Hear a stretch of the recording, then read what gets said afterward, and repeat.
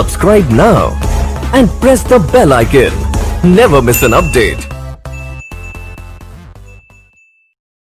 इस कक्षा 10 के अंतर्गत आज रसायन विज्ञान में आज हम पढ़ेंगे एक नया चैप्टर और उस चैप्टर का नाम है रासायनिक अभिक्रियाएं और समीकरण, जो कि हमारे पाठ्यक्रम का विज्ञान विषय का पहला पाठ है और दूसरा पाठ है अम्ल क्षार और लवण। अम्ल क्षार और लवण चैप्टर हम पढ़ चुके हैं, अब पढ़ रहे हैं रासायनिक अभिक्रियाएं और समीकरण। एक कुछ कारण होता है किसी चैप्टर को आगे या पीछे पढ़ाने का, तो वो कारण सिर्फ पढ़ाने वाले समझते हैं और इसीलिए जो है इस चैप्टर को थोड़ा पहले अम्ल क्षार लवण को जानबूझ के पढ़ाया गया है, नहीं चाहते तो पहले इसे ही पढ़ाते और इसीलिए जो है अब अम्ल क्षार लवण खत्म हो जाने के बाद इसे स्टार्ट किया गया है। तो देखिए रासायनिक, सबसे पहले इस चैप्टर में बात आती है रासायनिक अभिक्रिया की, बात आती है रासायनिक अभिक्रिया। रासायनिक अभिक्रिया, रासायनिक अभिक्रिया मतलब केमिकल रिएक्शन, इंग्लिश में बोलते हैं केमिकल रिएक्शन। केमिकल रिएक्शन, ये केमिकल रिएक्शन क्या होता है? देखिए हम ये कहें कि जब एक या एक से अधिक पदार्थ आपस में क्रिया करते हैं, एक या एक से अधिक पदार्थ जो आपस में क्रिया करें और क्रिया करके अलग गुण वाले, जो अलग गुण वाले नए पदार्थ का निर्माण करते हैं, तो यह प्रक्रम रासायनिक अभिक्रिया कहलाता है। जब क्या हो, एक हो चाहे एक से अधिक पदार्थ आपस में क्रिया करके और आपस में क्रिया करने के फलस्वरूप उसमें अलग गुण वाले नए पदार्थ का निर्माण करते हैं, तो यह रासायनिक अभिक्रिया कहलाती है। अब ध्यान दीजिए, जैसे यदि हम कहें कि मान लीजिए यहाँ पे कार्बन है और ये ऑक्सीजन, कार्बन और ऑक्सीजन आपस में अभिक्रिया करके, ये कार्बन और ये ऑक्सीजन,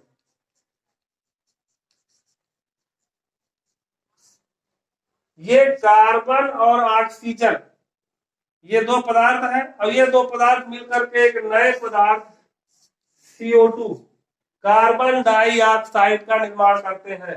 किसका निर्माण करते हैं? Carbon dioxide.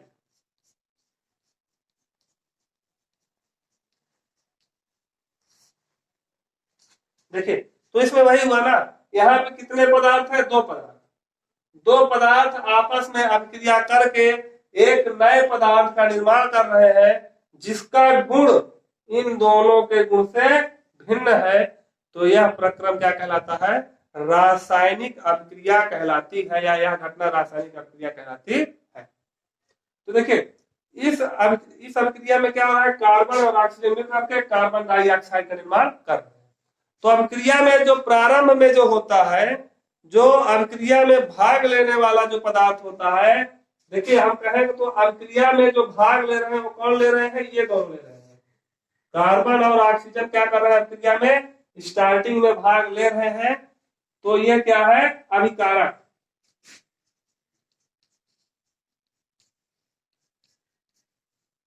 अभिकारक, और अभिक्रिया के फलस्वरूप जो पदार्थ बनता है उसे कहते हैं उत्पाद। अभिक्रिया के फलस्वरूप जो नए पदार्थ निर्माण होता है उसे उत्पाद कहते हैं। तो इसकी परिभाषा क्या हो जाएगी रासायनिक अभिक्रिया की? जब एक या एक से अधिक पदार्थ आपस में क्रिया करते हैं और क्रिया करके विभिन्न गुण वाले नए तत्वों का, नए यौगिक का निर्माण करते हैं, तो वह घटना क्या कहलाती है? रासायनिक अभिक्रिया कहलाती है। और रासायनिक अभिक्रिया में जो प्रारंभ में भाग लेते हैं वो क्या कहलाते हैं? अभिकारक भाग कहलाते हैं। जो क्रिया में भाग लेने वाले जो पदार्थ होते हैं वो क्या कहलाते हैं? अभिकारक। और अभिक्रिया के फलस्वरूप जो पदार्थ का निर्माण होता है उसे बोलते हैं उत्पाद। इसे अभिकारक को इंग्लिश में बोलते हैं रिएक्टेंट, और उत्पाद को इंग्लिश में बोलते हैं प्रोडक्ट। तो कहने का मतलब जब एक या एक से अधिक पदार्थ आपस में क्रिया करके विभिन्न गुण, अलग गुण वाले ठीक है, अलग गुण वाले नए पदार्थ का निर्माण करते हैं, तो यह घटना क्या कहलाती है? रासायनिक अभिक्रिया। और अभिक्रिया में भाग लेने वाले जो पदार्थ होते हैं वो कौन क्या कहलाते हैं? अभिकारक कहलाते हैं। और ये क्या कहलाता है? जो अभिक्रिया के फलस्वरूप जो पदार्थ बनता है वो कहलाता है उत्पाद। तो इसकी परिभाषा लिखवाना है, थोड़ा इसको नोट कर लीजिए आप।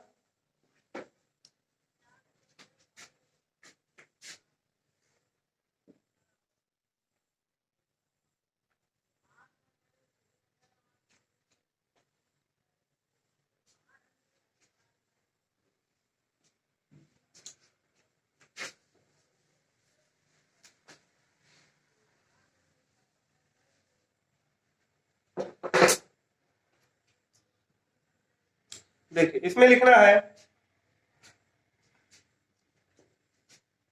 जब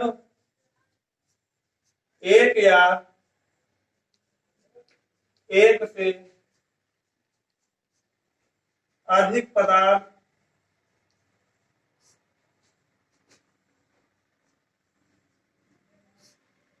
आपस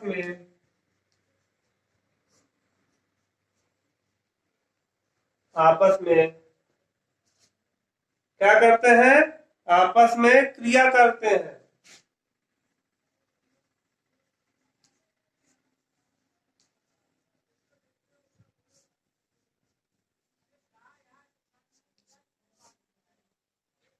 आपस में क्रिया करके क्या करते हैं? भिन्न गुण वाले नए पदार्थ बनाते हैं।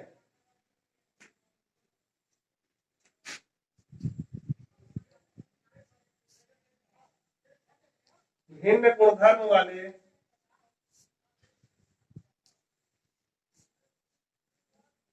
नए पदार्थ क्या करते हैं? आपस में क्रिया करके भिन्न गुण वाले नए पदार्थ का निर्माण करते हैं।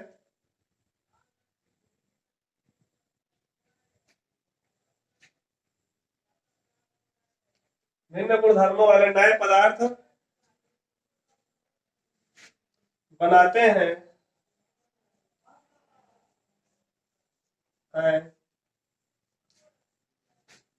तो यह घटना रासायनिक अभिक्रिया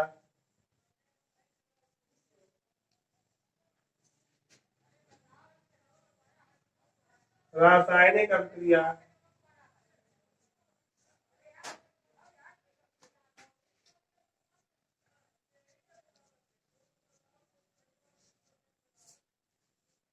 रासायनिक अभिक्रिया कहलाती है।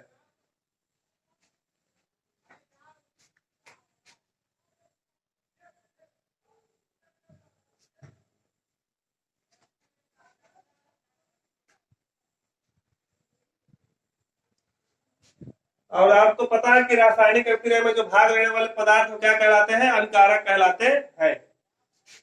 रासायनिक अभिक्रिया में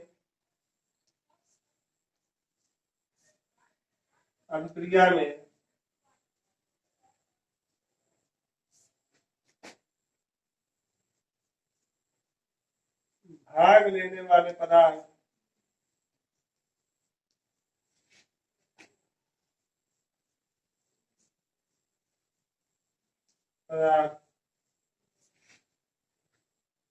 अभिकारक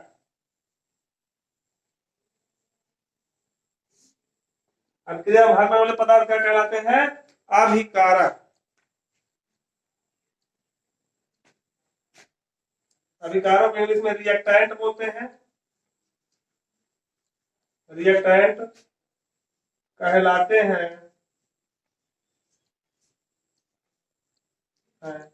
तथा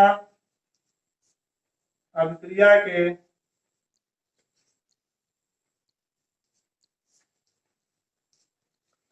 के पूर्ण होने के बाद, चाहे मतलब अभिक्रिया के पूर्ण होने के बाद जो पदार्थ उत्पन्न होता है,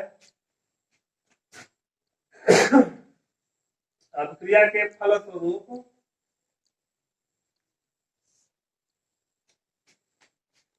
उत्पन्न पदार्थ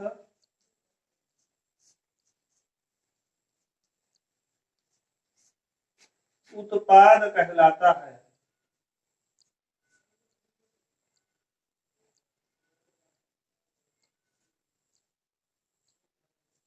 नोट कर लीजिए इसे।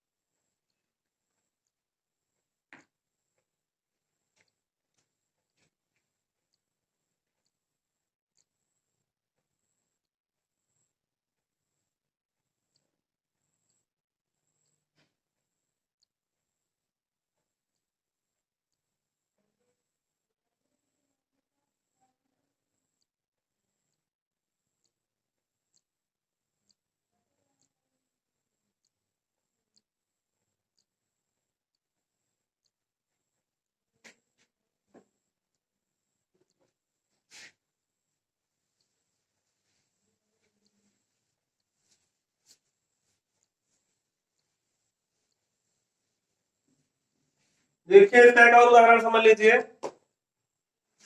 जैसे भी हम कहें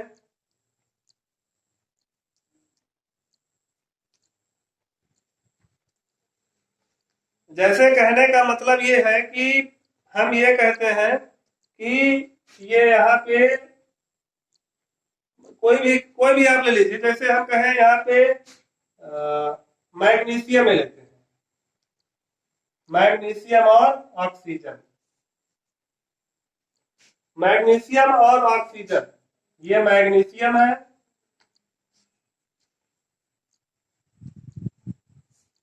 और ये क्या है, ऑक्सीजन। तो मैग्नीशियम और ऑक्सीजन तो अलग अलग पदार्थ है, और जब ये दोनों पदार्थ आपस में मिलते हैं तो एक नए पदार्थ का निर्माण करते हैं। मैग्नीशियम और ऑक्सीजन तो अलग अलग पदार्थ हैं, जब ये आपस में क्रिया करते हैं तो मैग्नीशियम ऑक्साइड, मैग्नीशियम ऑक्साइड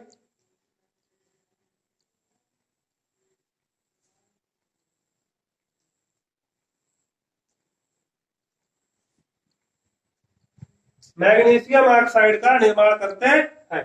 तो कहने का मतलब ये है यहाँ पे कि यहाँ पे मैग्नीशियम और ऑक्सीजन आपस में क्रिया करके क्या बनाते हैं, मैग्नीशियम ऑक्साइड का नए पदार्थ का निर्माण कर रहे हैं।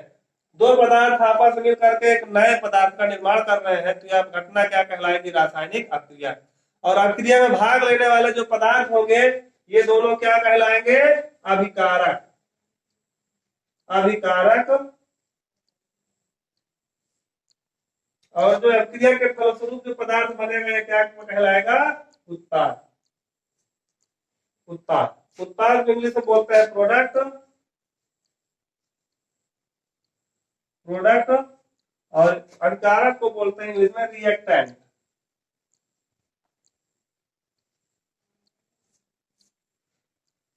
तो ये तो थी आज की हमारी हेडिंग रासायनिक अभिक्रिया।